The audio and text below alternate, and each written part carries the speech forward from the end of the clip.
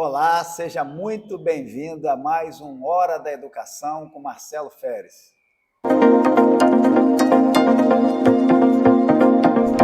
Hora da Educação, com Marcelo Feres. E o nosso encontro semanal do Hora da Educação continua sempre com uma temática relevante da nossa rede municipal de educação. E dessa vez a nossa agenda está diferente.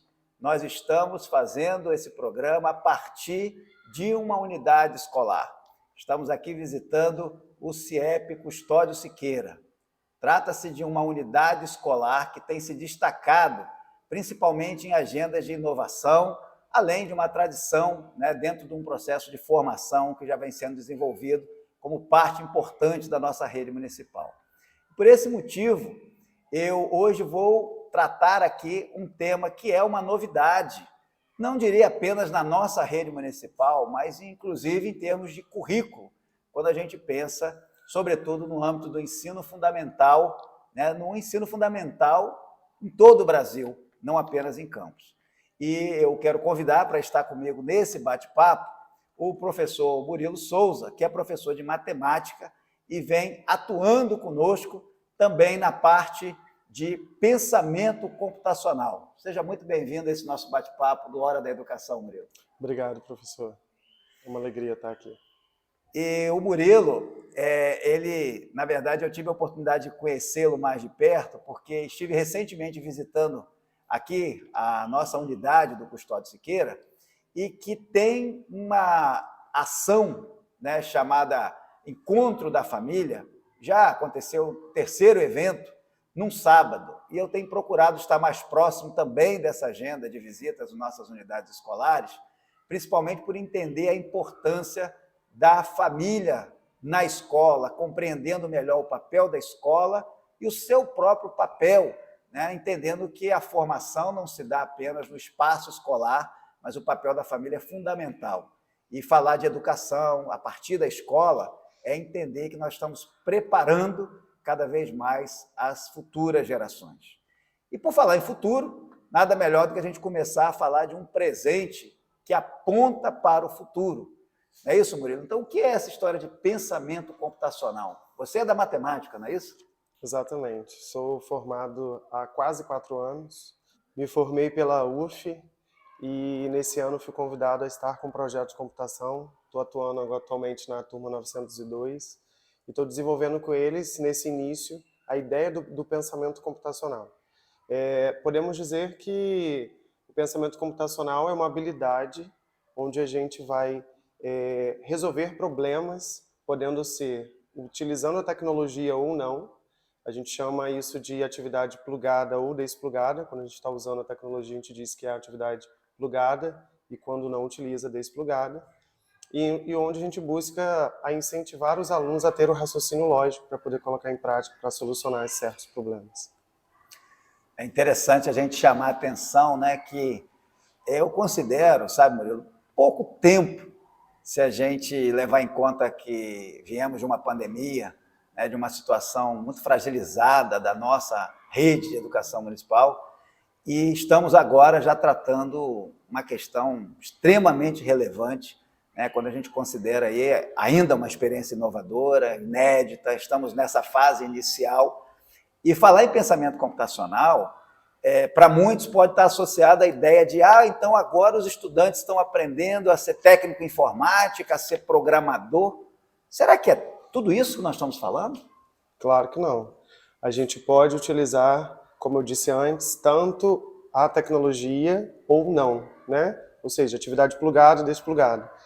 Por exemplo, aqui, no início, as atividades elas estão sendo desenvolvidas com atividade desplugada, onde os alunos eles estão tendo uma ideia inicial, ou seja, como o computador faria determinadas interpretações ou geraria determinados códigos, mas isso sem o auxílio da tecnologia, só para eles compreenderem como que é a solução de certos problemas sem a tecnologia, Hoje, por exemplo, nós fizemos uma aula prática aí envolvendo o pensamento computacional junto com a robótica, para trazer um pouco dessa atividade desplugada para uma atividade plugada, para que eles possam entender que uma coisa está interligada com a outra, né?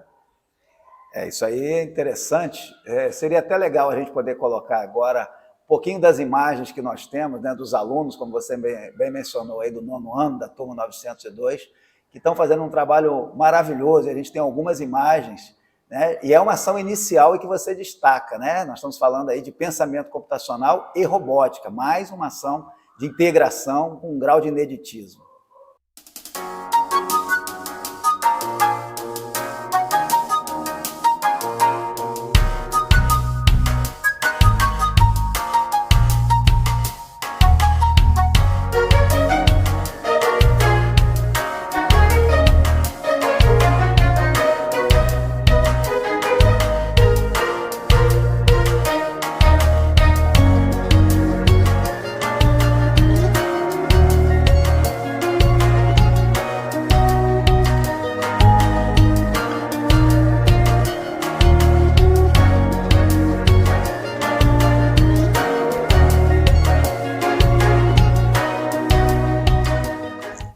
E o que a gente pode observar é que podemos considerar assim, estamos apenas no início.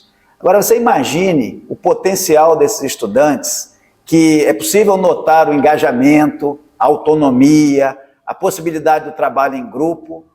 Isso não é típico daquele comportamento que a gente tem tradicionalmente dos alunos da escola pública, que por vezes não entendem a escola como um espaço, vamos por assim dizer, legal de se estar. Como é que você pode descrever para a gente essa questão da postura dos alunos, né, nesse particular dessa experiência que vocês estão desenvolvendo? Eu vejo que através das atividades propostas, quando a gente dá uma autonomia aos alunos, eles acabam criando uma autoestima, e através dessa autoestima, uma motivação por parte do professor, eles acabam se tornando mais confiantes e acabam executando melhor as atividades propostas, né? Como eu citei hoje, agora há pouco, com essa atividade hoje que foi desenvolvida, nós propomos que fosse dividido a turma em 3 grupos, para que fosse trabalhado em equipe, para fortalecer essa unidade entre a turma, e ao mesmo tempo a gente apresentar a eles os 4 pilares que compõem o pensamento computacional. Interessante. E quais são esses 4 pilares? Os 4 pilares são decomposição, abstração, reconhecimento de padrão e o algoritmo.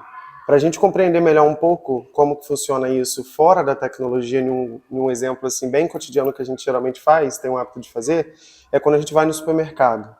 A gente entra no supermercado, primeira coisa, eu preciso ter noção do que eu preciso comprar, né? Então, podemos pensar aí no primeiro, que é decompor, ou seja, vou pensar em partes, o que eu vou fazer, por onde eu vou começar, qual o setor, vou começar vendo a verdura, vou para o hortifruti, eu vou para o açougue, o que eu vou comprar primeiro? Depois disso, a gente pode dar um segundo passo, que a gente vai para abstração, né? Eu já selecionei ali para onde eu vou priorizar. O que eu vou começar? Por onde eu começo? Qual é a minha prioridade? Dando sequência nisso, a gente vai para o terceiro, que é para reconhecer o padrão. Então, se a gente vê, todos os supermercados eles vão ter um corredor, um certo padrão naquele corredor. Então, é bem mais prático eu ir naquela sequência, seguir o padrão, né? E por último, a gente fecha com o algoritmo, ou seja, a ideia inicial desde quando eu entrei, todo o processo que eu vou executar dentro do supermercado, até o momento que eu vou pagar ou efetuar a minha compra e sair do supermercado, né? Teoricamente, foi o que a gente fez hoje na aula. A gente iniciou ensinando parte a parte os alunos, o que era o material, quais eram os códigos, o que significava cada peça. Depois eles tiveram um contato para montar parte por parte, para fechar o ciclo, e depois a gente deu uma sequência para eles, um desafio, né, médio, intermediário, e no final fechamos todo o circuito para poder colocar em prática o pensamento computacional. Olha, além de muito legal, você me traz uma boa memória quando você trouxe o exemplo, né, das compras no supermercado, porque eu já tive experiência no passado, né, às vezes você muda de cidade ou muda de supermercado que você costuma estar fazendo uma compra, e esse nível que você foi destacando aí das 4 fases, né, decompor, identificar e tal, eu vivi isso na pele, mas sem pensar em pensamento computacional à época, né, mas principalmente levando em conta uma necessidade efetiva, né? por onde começar, e aquele supermercado grande, você acaba não conseguindo se encontrar direito, por vezes você acaba tendo uma listinha, né? Exatamente. Olha, e aquela lista não está necessariamente na melhor ordem, aí você anda quase 1 quilômetro dentro do supermercado para encontrar um item, depois vai buscar um outro item e o tempo vai embora. Quer dizer, é a primeira fase, né? A fase onde eu ainda não estou minimamente organizado. Portanto, posso sair do supermercado esquecendo dos itens, sem efetivamente encontrar a marca que eu desejei. Então, eu já vivi isso na pele.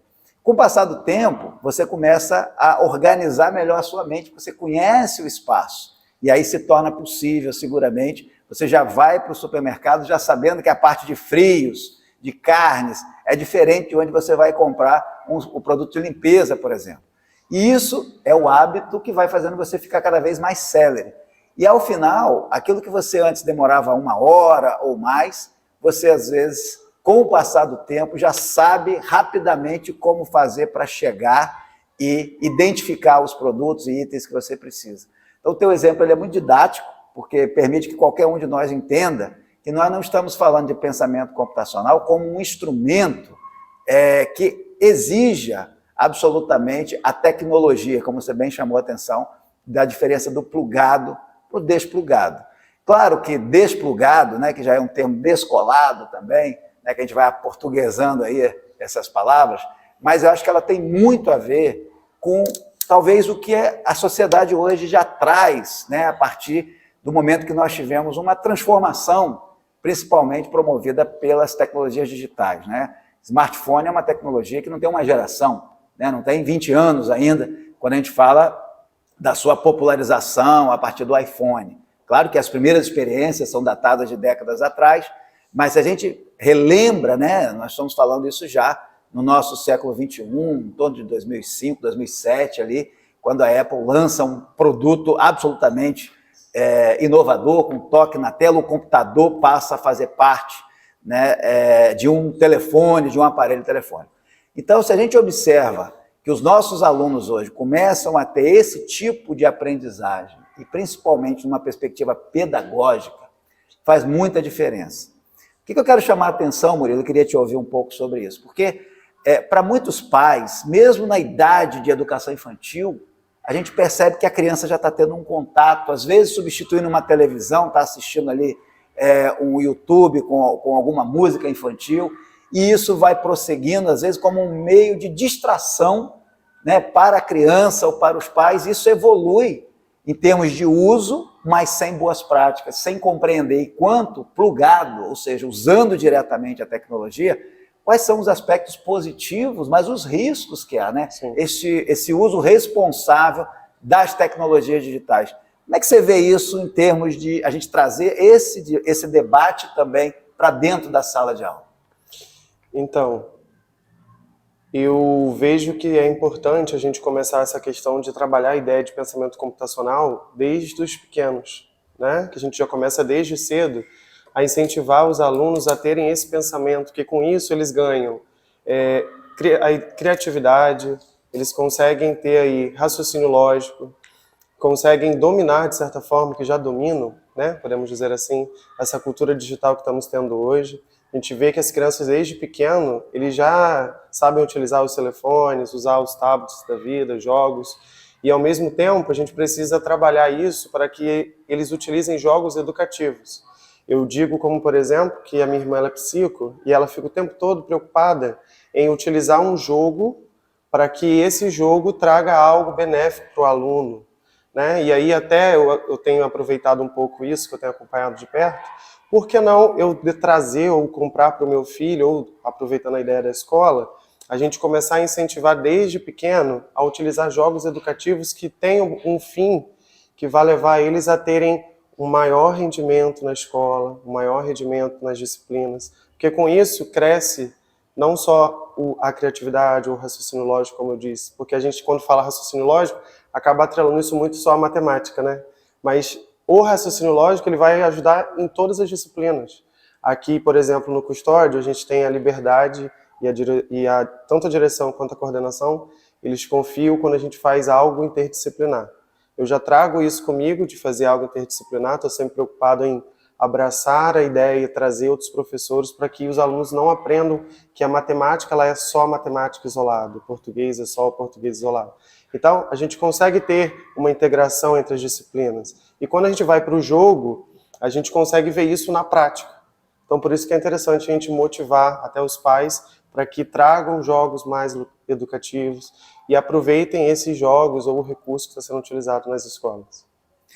Você chama atenção aí para essa questão da gamificação, né? Uhum. Como tudo que a gente discute na educação, sempre há a leitura crítica, né? Aqueles que vão defender de maneira enfática que a gamificação, sobretudo com um efeito pedagógico, ela traz um fortalecimento no engajamento dos alunos, pode promover também uma melhoria do trabalho colaborativo, né, do trabalho integrado, porque o jogo não necessariamente precisa ser sinônimo de competição, senão consigo próprio também, né, no sentido de estar cada vez melhor, de estar se aperfeiçoando, aprendendo com os erros.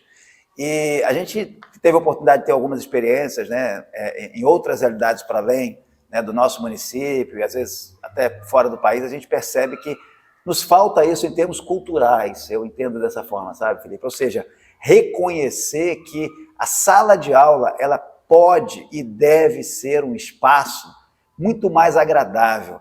A criança, o adolescente, ele tem que se perceber desejando ir para a escola. E para isso nós temos grandes desafios, né? Não se trata meramente da presença da tecnologia na escola. É claro que ela é um instrumento, é um meio, é um apoio, né? Mas há uma série de outros aspectos relevantes e importantes para que a escola possa ajudar nesse desenvolvimento cognitivo, mas também comportamental. A gente vive hoje tempos estranhos em relação ao próprio papel da escola e riscos que a escola recentemente passou a acabar, né, possuindo em relação a essa falta de compreensão do seu papel enquanto espaço difusor de cultura, enquanto espaço que promove a aprendizagem, que promove a cultura do compartilhar. Então, tudo isso, na verdade, está hoje nesse cenário em que, quando a gente fala de gamificar, não é necessariamente competir ou isolar, porque muitas das vezes a gente tem uma sociedade que cada vez promove e premia o isolamento, o individualismo, né? E, na prática, a gente sabe que a escola é um espaço para trazer essa reflexão. E eu vi na prática que vocês estão fazendo, juntando, né? Você falou da questão da integração, juntando pensamento computacional e robótica. Mas não são, as duas coisas não são a mesma coisa? Então, o pensamento computacional, como eu disse no início, ela é uma habilidade, né, de solucionar os problemas, estando ou não relacionado à tecnologia. Já se a gente for pensar na robótica, é mais amplo, né? Podemos dizer que é o desenvolvimento dessas habilidades. Por isso que hoje eu fiz questão de convidar a professora Isabela para estar colocando em prática um pouco desse pensamento, que é a habilidade, com a robótica, que é o desenvolvimento dessa habilidade. E, professor, comentou agora há pouco sobre desafios.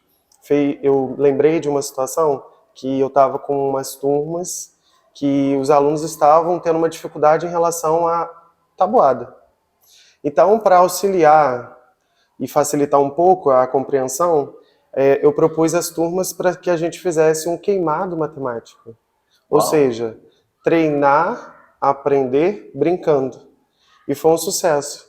Ontem eu tive a experiência aqui pela segunda vez, né, porque a primeira eu fiz na outra escola. Nós fizemos um queimado entre o 6º ano e uma turma minha do 7º ano, e onde funciona a mesma ideia básica de queimado, mas quando o aluno é queimado, para ele permanecer no jogo, ele tem que acertar a tabuada.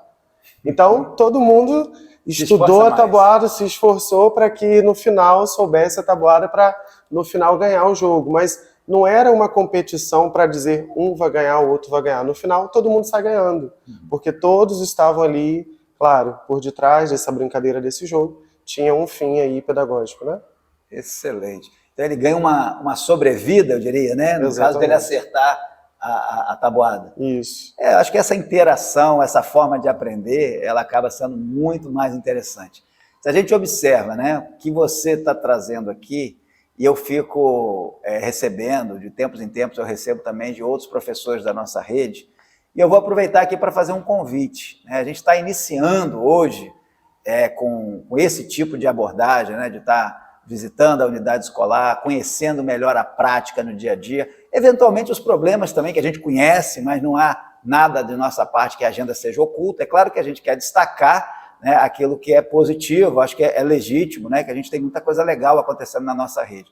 E se você é professor da nossa rede municipal de educação e também tem uma experiência legal, né, por que a gente não pode estar trocando essa experiência e compartilhando também, né, com outros colegas? Eu acho que a gente tem projetos para isso, né? A gente tem um projeto Estação Educação em que os professores podem estar produzindo, promovendo conteúdos, aulas, enfim, gravando seus vídeos, mas eu estou propondo algo maior, algo que permita que as boas práticas da nossa rede municipal possam, de fato, estar também chegando até outros colegas, e com isso a gente aprendendo cada vez mais e estando mais próximo, né? Porque eu acho que pensar em rede, eu acho que essa é a diferença, né? Dificuldades todos temos, e aí eu posso falar da rede municipal, da rede estadual, da rede federal. Mas além dessas dificuldades do trabalho da educação, num país que historicamente a educação sempre foi colocada em segundo plano, às vezes em terceiro plano, né? É claro que alguns colegas, né, acabam, por vezes, até meio que desanimando um pouco. Será que vale a pena eu alimentar a minha esperança de que a educação pode ser diferente? Eu vou dizer para vocês, eu continuo acreditando e muito na educação. E esse momento que eu estou aqui vivendo, ele prova para mim que vale a pena, sim, né, estar lutando, buscando a cada dia aprender uma coisa nova, avançar, experimentar algo novo, porque as coisas não estão dadas. E eu acho que para nós, como educadores, profissionais da educação, temos o desafio de estar sempre lidando com o novo. Está sendo muito legal a gente estar fazendo essa conversa aqui, porque está trazendo para nós a oportunidade de conectar você como professor de matemática, mas que está buscando também esse aprendizado novo na linha, né, de trazer a questão do pensamento computacional. Então, é fato que nada está pronto. E aí alguns colegas professores me dizem assim, Marcelo, mas eu não tive aula disso, eu não fui formado nisso. Será que é preciso a gente pensar numa formação completa, um curso completo, para a gente achar que está apto? Eu diria que vale ousar. A gente mencionou rapidamente aqui a questão da robótica. Há materiais de apoio, livros, além do próprio kit de robótica, você mencionou mais cedo. Mas quanto mais jovem ou quanto menor a criança, mais ela se desenvolve, e nós estamos precisando trazer a criança para a escola, desde a educação infantil. A gente está investindo hoje até mesmo em robótica infantil, porque as boas práticas apontam que na medida em que você inicia mais cedo, essa criança, quando no ensino fundamental, ela já vai estar mais familiarizada e vai conseguir mais facilmente, né, desenvolver a sua aprendizagem, desenvolver um trabalho colaborativo em sala de aula. Então, veja, acho que nós temos aí um vasto caminho para que a gente possa estar crescendo cada vez mais, né? E quais são as áreas da computação assim, que o pensamento computacional acaba abrangendo? Então, nas minhas aulas, inicialmente, eu puxei para a minha formação, né? Iniciei ligando aí o pensamento computacional com a matemática. Mas, como eu tenho essa facilidade de estar não só na minha disciplina, mas consigo comunicar com outras disciplinas, eu consegui, na aula da semana passada, eu fiz relacionado com arte. Por quê? Na semana passada eu comentei com ele sobre números binários. Então, eu introduzi o números binários com uma brincadeira lúdica, podemos dizer assim, com cartões, para a gente interpretar o que seria o 0, o que seria o número 1. E, posteriormente, depois que a turma compreendeu a diferença do 0 e 1 com os cartões, a gente foi para geração de imagens. Mas aí, o que o computador faz? Eu dei uma certa sequência de códigos para a turma, e na malha quadriculada, eles teriam que representar aonde seria pintado e onde não seria, para que no final a gente interpretasse aqueles códigos, a imagem que teoricamente o computador geraria. E aí isso acaba gerando uma expectativa enorme na turma para que eles, de certa forma, se interessem, busquem, comecem a competir de forma saudável, né, entre um grupo e outro, para que descubra no final qual é aquela figura que vai ser gerada. Um outro exemplo, na semana que vem, eu vou trazer para eles essa ideia aí de programação, mas com poesias, poemas. Então eu já vou sair de artes, vou interligar agora com língua portuguesa. E aí, com isso, a gente começa a compartilhar experiências e o que deu certo em uma turma, a gente acaba transferindo para outra. E como a gente aqui temos vários amigos em comum, e aí uma ideia de uma turma a gente acaba levando para outra, trabalhando sempre integrado. E aí eu quero chamar a atenção, né, de quem está conosco, né, nos acompanhando nesse momento. E esse depoimento do Murilo é um depoimento que não é de um professor de uma escola particular ou de uma rede que esteja em outro município. Nós estamos falando da nossa rede municipal de Campos.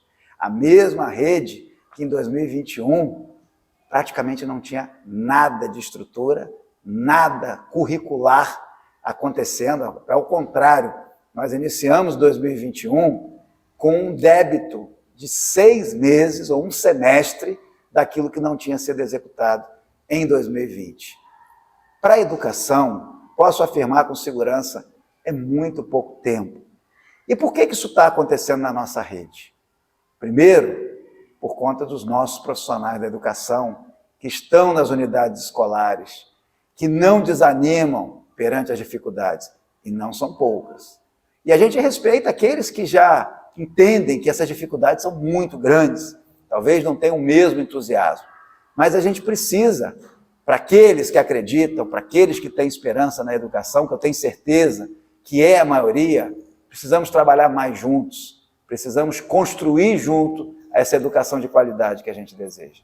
Também é importante destacar o trabalho da nossa Secretaria Municipal de Educação, a sede da Secretaria, que é formada por profissionais que estão ali permanentemente acompanhando, orientando, sugerindo, para que a gente possa ter uma rede funcionando a contento.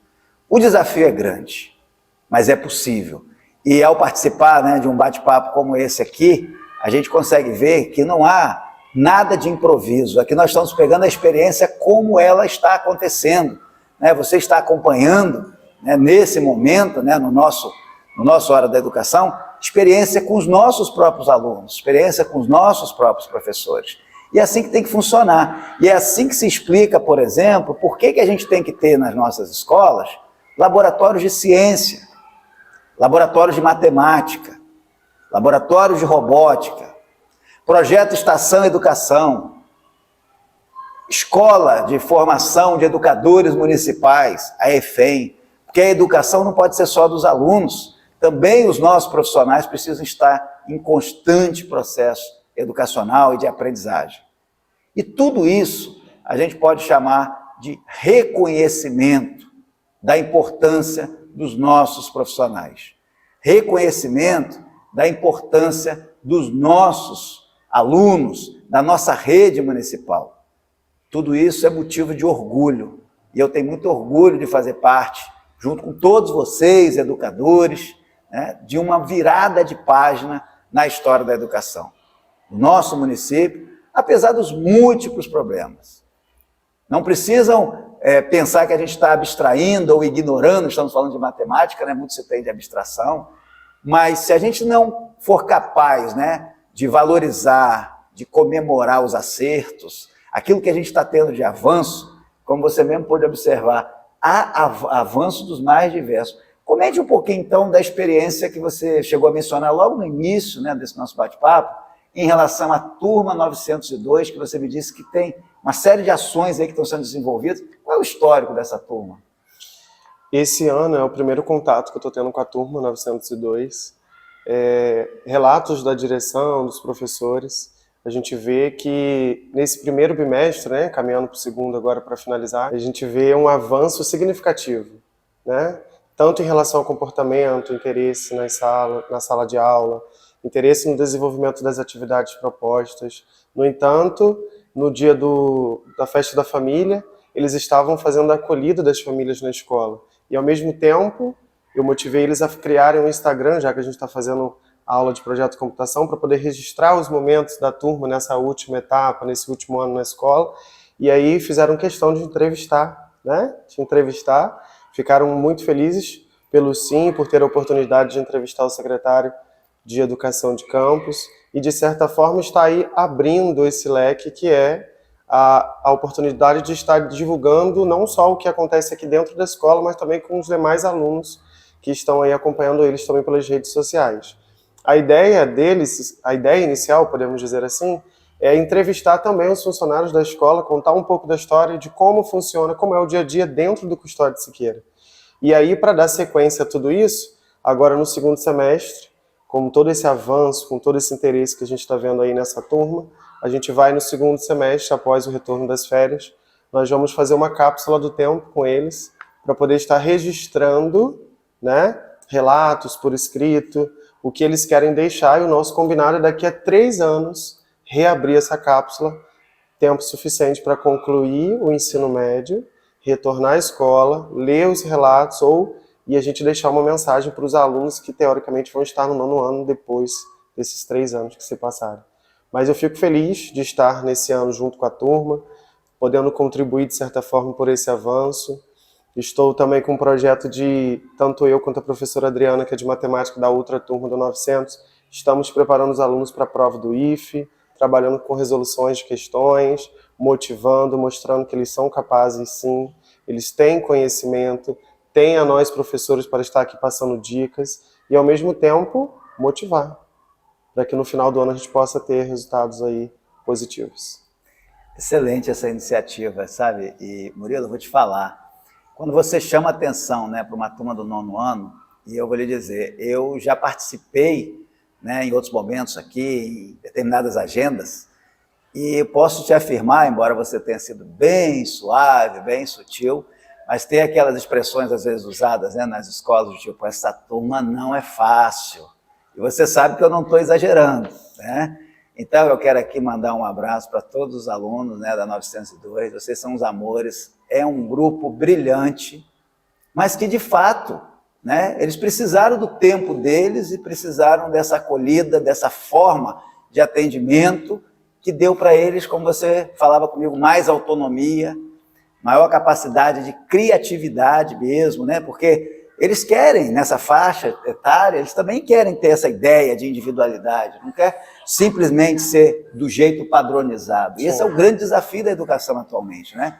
Ao tempo que é preciso tratar a individualidade, é preciso tratar o coletivo. É preciso valorizar a iniciativa, mas é preciso valorizar a colaboração.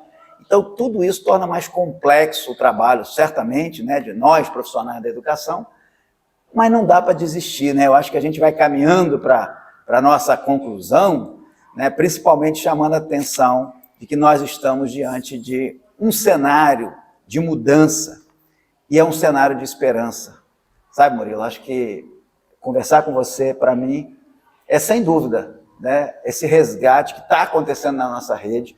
Cada unidade escolar está no seu momento, cada unidade escolar tem a sua realidade, o seu desafio, umas grandes demais, outras pequenas demais, umas com características próprias de servidores e profissionais.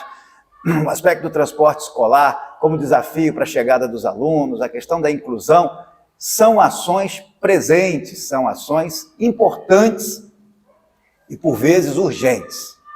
Mas nós temos que fazer, cada um, a nossa parte. Não dá para a gente perder a esperança na educação, porque se a gente começa a perder a esperança na educação, o que vai sobrar, né? Então, eu tenho muito orgulho de poder estar aqui batendo esse papo contigo, né? Queria te passar, então, para as suas considerações finais, que para mim está sendo muito emocionante estar contigo. Digo mesmo, fico feliz pela oportunidade. Eu quero aí concluir dizendo que é possível sim fazer a diferença. Eu atuo na disciplina que eu amo, desde o início tive, de certa forma, aí, me destacava, né, na disciplina de matemática. Dou graças a Deus porque tive excelentes professores e hoje sou quem sou por mérito também delas, que contribuíram ao longo de todo o meu processo de formação. Tento o máximo nas minhas aulas, além de passar informações matemáticas relacionadas ao conteúdo, estar conversando com os alunos logo depois dessa pandemia, então, mais que necessário, tá dando uma atenção, um afeto, Foi assim que eu consegui, por exemplo, conquistar 700 a 902, né? Com coisas simples, que é uma atenção, ouvir, estar com eles, motivando, mostrando que eles são capazes sim. A gente precisa ter esse olhar diferenciado com os alunos, ter empatia.